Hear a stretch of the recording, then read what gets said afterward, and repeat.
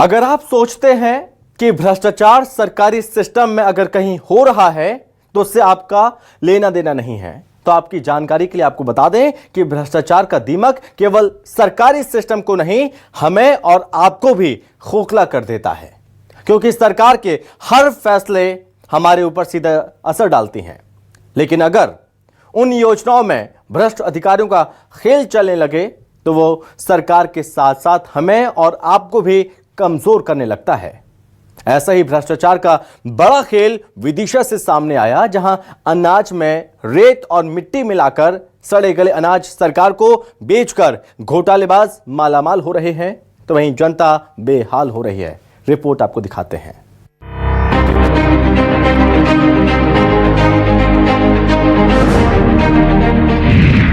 सरकार को ठगने वाले घोटालेबाज का खेल, अनाज में मिट्टी भरकर बेच रहे घोटालेबाज, सड़े गले अनाज बेचकर मालामाल हो रहे भ्रष्टाचारी। जांच क्यों नहीं, अधिकारियों की क्या है लाचारी? जनता को लूटने वालों को रोकेगा कौन? करोड़ों की लूट है जारी, जिम्मेदार मौन। आपने अक्सर सुना होगा कि भ्रष्टाचार का दीमक हमारे पूरे सिस्टम को खोखला कर रहा है। सरकारें लगातार भ्रष्टाचार को कम करने की कोशिश करती आ रही हैं, लेकिन भ्रष्ट अधिकारी जनता के पैसे को लूटने के लिए तरह तरह के हथकंडे अपना रहे हैं। ऐसा ही ताजा मामला मध्य प्रदेश के विदिशा से सामने आया, जहां अनाज की बोरी में रेत और धूल मिलाकर सरकार की आंखों में धूल झोंकने का खेल चल रहा है। वहीं कुछ जगहों पर सरकारी गेहूं को निजी तौर पर इस्तेमाल कर मोटा मुनाफा कमाया जा रहा है। ये घोटाले एक जगह नहीं बल्कि कई जगहों पर चल रहे हैं और वेयर हाउस की आड़ में करोड़ों का चूना लगाया जा रहा है। ये सरकारी खरीदी केंद्र का नजारा है, जहां रेत बोरियों में भरकर सरकार को बेचने का काला धंधा चल रहा है। दरअसल मसूर और चना की सरकारी खरीदी में लगातार धांधली का खेल जारी है। करीब 200 क्विंटल मसूर में इतनी रेत और मिट्टी मिला दी गई कि इस्तेमाल करने लायक नहीं रह गया। इससे सरकार को धोखा देकर चूना लगाया जा रहा है और साथ ही खून पसीने से पैदा किया गया अनाज बर्बाद हो रहा है। लेकिन इससे घोटालेबाजों को कहां फर्क पड़ता है? उनकी जेब गर्म हो रही है और वो सरकार और जनता को चूना लगाकर मालामाल हो रहे हैं। वहीं घोटाले का दूसरा मामला शमशाबाद से सामने आया, जहां एक निजी श्री कृष्णा वेयर हाउस में भारी मात्रा में सरकारी गेहूं का घपला करने का खेल चल रहा है।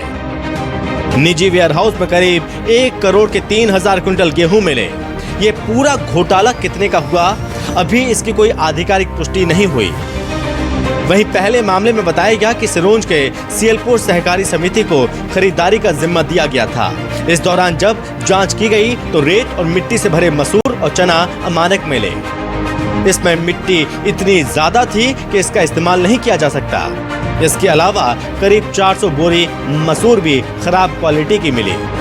इस घोटाले का खुलासा होने पर अधिकारियों ने छापा मारते हुए वेयर हाउस को सील कर दिया। शुरुआत में जब मसूर की दाल की जांच की गई तो इतने खेल सामने आए कि अधिकारियों को भी समझ आ गया कि पूरी दाल ही काली है।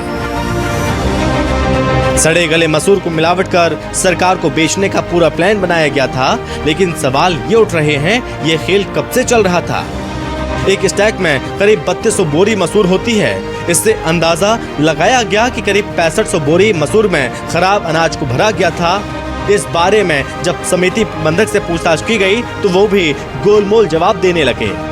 इसके बाद एसडीएम ने तुरंत अधिकारियों को निर्देश दिया कि इस वेयर हाउस को ब्लैकलिस्ट कर दिया जाए। फिलहाल सड़े गले और धूल भरे अनाज से जनता और सरकार को चूना लगाने वाले वेयर हाउस को सील तो कर दिया गया, वहीं सरकारी गेहूं के गबन को लेकर 5 लोगों पर एफआईआर दर्ज की गई है। लेकिन बड़ा सवाल है कि अभी प्रदेश में ऐसे कितने घोटालों के वेयर हाउस हैं जो जनता और सरकार को ठगने का काम कर रहे हैं।